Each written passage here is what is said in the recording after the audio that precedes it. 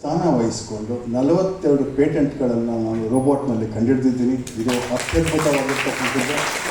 ನಿಮಗೆಲ್ಲರಿಗೂ ಗೊತ್ತಿರೋಂಗೆ ಭಾರತದ ರೋಬೋಟ್ ಬಂದಾಯಿತು. ನಾವು ಅಮೆರಿಕಾನು ಮೀರ್ಸಾಗಿದೆ, ಜಪಾನನ್ನು ಮೀರ್ಸಾಗಿದೆ, ಚೈನಾನು ಮೀರ್ಸಾಗಿದೆ. ಇದನ್ನು ತಗೊಂಡ್ಬರ್ತಾ ಇದ್ದೀವಿ. ಅದು ನನ್ನ ನೆಲದಲ್ಲಾಗಿದೆ. ಇದ್ರ ಜೊತೆಗೆ ಇನ್ನೊಂದು ಅತ್ಯದ್ಭುತವಾದ ಅನ್ವೇಷಣೆ ಏನಂತಂದರೆ ನನ್ನ ಕಡೆ ಬರೋವಂಥದ್ದು ಮುಂದಿನ ವರ್ಷ ರಿಲೀಸ್ ಆಗುತ್ತಿದ್ದು ಒಂದು ಜಿನೋಮಿಕ್ ಸ್ಟಡಿ. ನಾವು ತುಂಬ ದೊಡ್ಡ ಜಿನೋಮಿಕ್ ಸ್ಟಡಿ ಮಾಡ್ತಿದ್ದೀವಿ ಮೈಸೂರು ವಿಶ್ವವಿದ್ಯಾನಿಲಯದಲ್ಲಿ.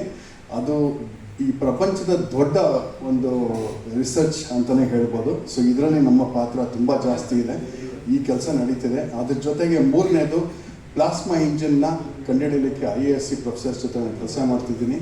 ಸೊ ಇದು ಭಾರತದ ದೊಡ್ಡ ಅನ್ವೇಷಣೆ ಅಂತಲೇ ಹೇಳ್ಬೋದು. ಸೊ ಮಹಿಳೆಯರಿಗೆ ಚೀನಪ್ ಸೊ ಜರ್ಮನಿಯಲ್ಲಿ ಒಂದು ನಡೀತು, ಒಂದು ರಿಸರ್ಚ್ ನಡೀತು. ಅದರಲ್ಲಿ ಎಲ್ಲರೂ ಕೇಳಿದಾಗ ಇನೋವೇಷನ್ ಎಲ್ಲಿಂದ ಬರುತ್ತೆ ಅಂದರೆ ಮಹಿಳೆಯರು ಮ್ಯಾನೇಜ್ಮೆಂಟಲ್ಲಿ ಇದ್ದಾಗ, ಜೊತೆಗೆ ಗಂಡಸರು ಇದ್ದಾಗ ಈ ಒಂಥರ ಇನೋವೇಷನ್ಸ್ ತುಂಬ ಜಾಸ್ತಿ ಆಗುತ್ತೆ.